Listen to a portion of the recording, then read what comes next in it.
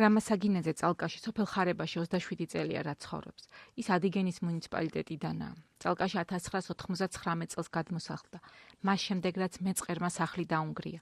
თავი ბერძნების მიერ მიტოვებულ სახლს შეაფარა, რომელსაც იატაკიც კი არ ჰქონდა. მძიმე პირობების გამო ოჯახთან ერთად რამდენიმე საცხოვრებელი შეიცვალა. ახლა სახლის ბერძენიმე პატრონი რამა საგინაძეს იმ სახლის დაცლას თხოვს, რომელშიც წლებია ცხოვრობს. რამაზ გვეუბნება, რომ ოჯახს წასასვლელი არსად აქვს. ადიგენის რაიონიდან ვარ მე წამოსული ზარზმედან. მოკლედ რომ იქ დაგვეშალა სახლი, დაგვენგრა. იქაც მიწა მეწყერი იყო იქაც და მიწა გაიქანა და სახლი მთლიანად აღარ ივარგებდა ის არაფრად. მოკლედ წამოვედი 99 წელში 4 შვილით, პატარა მყავდა 40 დღის, უფროსი 5 წლის. ჩამოვედი ქართველის დამლაპარაკებელი არ იყო, არც სკოლა იყო, არც არაფერი არ იყო, პატარა ბავშვებით. მოკლედ შევედი ძალიან ძველ სახლში, იქიდან წამოვიღე ფიცარი და ძველ სახლში ჩავაგე ის ფიცარი. ბერძნების იყო ყველა სახლები, აქ არ ცხოვრობდნენ უკვე, აქ იყო სულ რამოდენიმე 5 თუ 7 ოჯახი იყო დარჩენილი, მეტი არა. ანუ დავრჩით აქ მე წასასვლელი არსად არ მქონდა და არც დღეს ამაქვს. ეხლა მოდის ამ სახლის პატრონი, მე-4 სახლი არის ამ სოფელში, უკვე რომ ეს სახლი გავარემონტე. ბანკის ვალებით და რავი მოვდივართ ისე რომ ერთ საქონელი შევიძინეთ ბანკის ვალებზე, ბანკს რომ გამოვიდანთ მაგალითად 15,000 5 და 7 ბანკი გვიმატებს, სანამ იმას გადავიხდით. აქეთ მეურნეობა არ აქვს ისეთი რომ დავძლიოთ და გავძლიერდეთ და ჩვენით ვიყიდოთ რამე და ვართ ამ ტყუილში არც წესივრად მიწა გვაქვს და არც წყალი და ჩვენ ახლა მოვიყვანეთ რაღაცა წყალი საათობრივ მოდის ვიწვალეთ გზაც შემოვიყვანეთ. საგინაძე გვიყვება, რომ ეკომიგრანტის სტატუსს წლები ითხოვდა, თუმცა სხვადასხვა მიზეზით ყოველთვის უარს იღებდა. წალკაში რამა საგინაძის ოჯახის მსგავსი პრობლემა ბევრს აქვს, თუმცა მედიასთან საკუთარ გასაჭირზე საუბარს თითქმის ყველა ერიდება. ჩვენი რესპონდენტი სამთავრობო უწყებებთან კომუნიკაციას და მათი მხრიდან გამოცხადებული უარის მიზეზებს განმარტავს. ეკოიმიგრანტი არა ვარ. მე სტატუსი არ მაქვს, უნდა ვიყო, მაგრამ სტატუსს არ გვაძლევენ ჩვენ ეკოიმიგრანტის სტატუსი არ გვეძლება.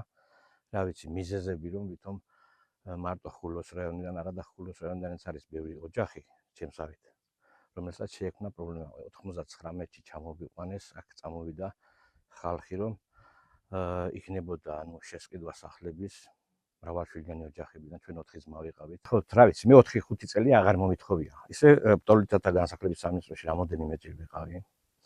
რა ვიცი, მოიცათ ცოტა და გაჩერდი ცოტა ხანი და რა ვიცი და იყო ვაკავებდნენ.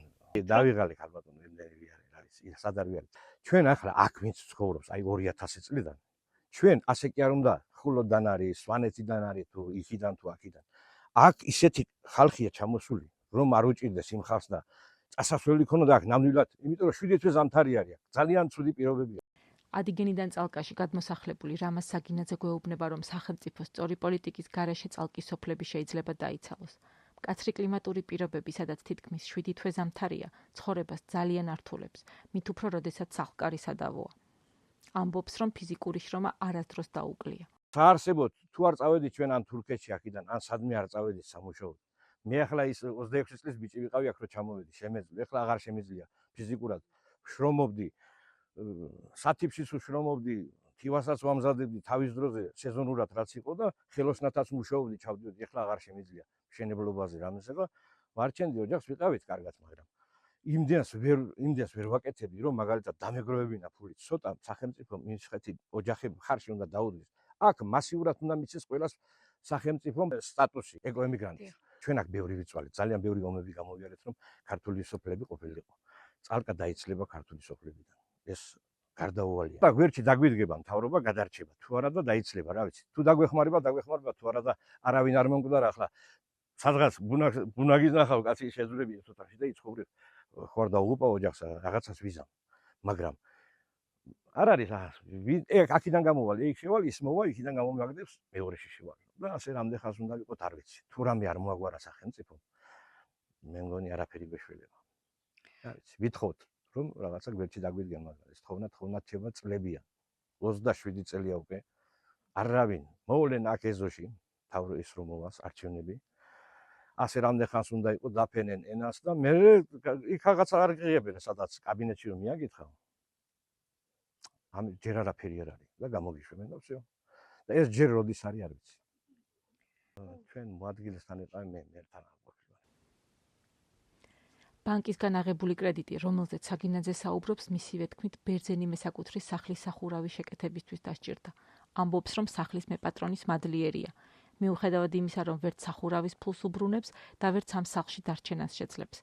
მეპატრონე საბერძნეთიდან წალკაში აგვისტოს ბოლოს გეგმავს ჩამოსვლას. მითხრა რომ ანუ სიცხეებია იქ საბერძნეთში და ჩემი სახლი მინდა მე. მე წასასვლელი ასა და რა მაქვს. ეხლა შეიტანა ერთ ოთახში თავისი ვეში აწყვია უკვე. და რა ვიცი, მე კი უთხარი რაც დავხარჯე მეთქი ამას ჰქონდა კრამიტი, ესე იგი რომ სახლიც აქვს ძველი კრამიტი, წყალი ჩამოდიოდა, რაც ჭურჭელი ჰქონდა რომ გაწვინდებოდა, ყველაფერი წყალი იმაზე ჰქონდა რომ გინებზე ჩამოდიოდა ყველაფერი. ეს დავახური, დალპებოდა ეს სახლი. დავახური, ნახევრად დამპალი იყო ეს ხე რაც რაზეც სახლისა და ჯეშტი. ვიყიდე ესეც კრედიტით ვიყიდე ეს ჯეშტი, დავაფარე. რა ვიცი, ბევრი ვიწვალეთ. მაგრამ ეხლა რო უთხარი რომ ეს მაინც გადამიხადე მეთქი რაც დავხარჯე რომ მე სადმე რაღაცას ვნახოთ და გავარემონტო კიდე და რაღაცა გადავიდე თქვა ცოტა ესეც არ უნდა. არა და ამდენ ხანს ვიცხოვრე. მერთმა გაუმოჯოს თავისია. ჩემი ეს ვერ გახდა, იმიტომ რომ არავინ ვერჩი არ დაგვიგა. ჩვენ ცოტა დახმარება გვინდა. ჩემთან ცუდად განწყობილი არ არის ის კაცი, ის აი თავისი სახე და ძალიან კაი კაცია და მერთმა გაუმოჯოს. ცუდად განწყობილი არ არის, არ ჩხუბობს და არაფერი, როგორ პირიქით მადლობელი ვარ ამ კაცისგან. რო შეიტანა ერთ ოთახში თავისი ვეში მეპატრონე, ეხლა დავრჩი ორ ოთახში. ორ ოთახში უკვე შვილიშვილები ვერა და წავიდნენ მეორე ბაბუასთან არიან. ანუ რძლის მამასთან არიან ეხლა ჩემი შვილიშვილები. ბოლნიში ცხოვრობს. რამდენი იყო მიგრანტი? სტიქიური მოვლენების შედეგად დაზარალებული და გადაადგილებას დაქვემდებარებული ოჯახი ცხოვრობს წალკის მუნიციპალიტეტის ტერიტორიაზე 2025-2026 წლების მდგომარეობით. რა სახის დახმარებას უწევს წალკის მუნიციპალიტეტი ეკომიგრანტ ოჯახებს? შეკითხვები წალკის მერიას 31 ივლისს წერილობით მივმართეთ. ჩვენი რედაქცია პასუხს ელის. ასევე გვაინტერესებს, ყავს თუ არა წალკის მუნიციპალიტეტს აღრიცხვაზე ისეთი ოჯახები, რომლებიც ფაქტობრივად წარმოადგენენ სტიქიური მოვლენების შედეგად გადაადგილებულ პირებს, თუმცა არ ფლობენ ოფიციალურ სტატუსს და რა სახის დახმარებას არ მხარდაჭერას თავაზობს მუნიციპალიტეტი. იმ ოჯახებს, რომლებიც წლების განმავლობაში ცხოვრობენ ხვის საკუთრებაში, ძირითადად ბერძნების არსებულ საცხოვრებელ სახლებში და არსებობს მათი გამოსახლების საფრთხე. და აქვს თუ არა მუნიციპალიტეტს შემუშავებული რაიმე მექანიზმი, პროგრამა ან სამოქმედო გეგმა იმ უსტატუსო ეკომიგრანტი ოჯახების საცხოვრებელი პრობლემების გადასაჭრელად, რომლებსაც ემუქრებათ უსახკაროდ დარჩენის რისკი. ამ კითხვებზე პასუხების მიღებას წერილობით ინფორმაციასთან ერთად სატელეფონო კომუნიკაციითაც ვცდილობდით. მათ შორის ვურეკავდით რესპონდენტის მიერ ხსენებულ ანზორ ხინიკაძესაც, რომელიც წალკის ვიცე-მერია, თუმცა მან არც ჩვენ ზარებს და არც ტექსტურ შეტყობინებას არ უპასუხა. რაც შეეხება სახელმწიფო პოლიტიკას ეკომიგრანტებთან მიმართებაში, სამთავრობო მიდგომას წლებია იკვლევს სოციალური სამართლიანობის ცენტრი. სამოქალაქო ორგანიზაციას აქვს არაერთი დასკვნა მომზადებული, მათ შორის წალკაში მცხოვრები ეკომიგრანტების და მათი პრობლემების შესახებ. თუმცა მიქელაძე გვიყვება, რომ სტატუსის ქონა აუცილებელია, თუმცა ამ შემთხვევაშიც მოქალაქე ბევრი გადაუჭრელი პრობლემის წინაშე დგას.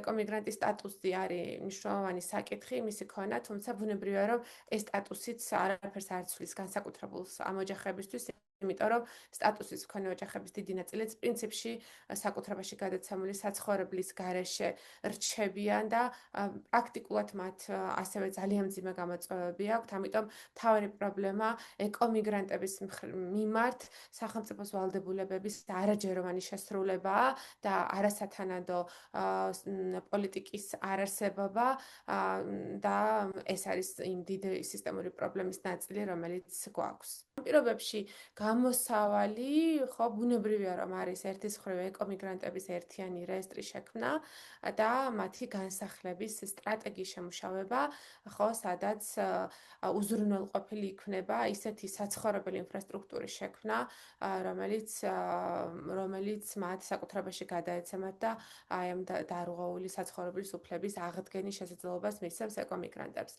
ცხადია, რომ იქ, სადაც მესაკუთრე შეიძლება იყოს თანახმა გამოსყიდვაზე, ხო, სახელმწიფო შეუძლია, რომ ეს სახლები გამოისყიდოს და ეკომიგრანტებს გადასცეს, მაგრამ სადაც ამას არ თანხმდება მესაკუთრე და ვთქვათ, ნებაყოფლობითი თანხმობა არ არის, ხო, მაშინ რა თქმა უნდა სახელმწიფომ ეკომიგრანტებს სხვა საცხოვრებელი უნდა შეთავაზოს და მან ამისთვის საჭირო ინფრასტრუქტურა უნდა შექმნას. საინტერესოა, რას თავაზობს სახელმწიფო ეკომიგრანტებს და ასევე მათ ვისაც სტატუსი არ აქვთ. რამდენი ეკომიგრანტი ცხოვრობს წალკის მუნიციპალიტეტში, რის საფუძველზე ვერ იღებენ ოჯახების სტატუსს და რა მხარდაჭერა აქვს მათ. ჩვენ სახელმწიფო უწყებებს წერილობით უკვე მივმართეთ. ჩვენი რედაქცია თემაზე მუშაობას კვლავაც განაგრძობს.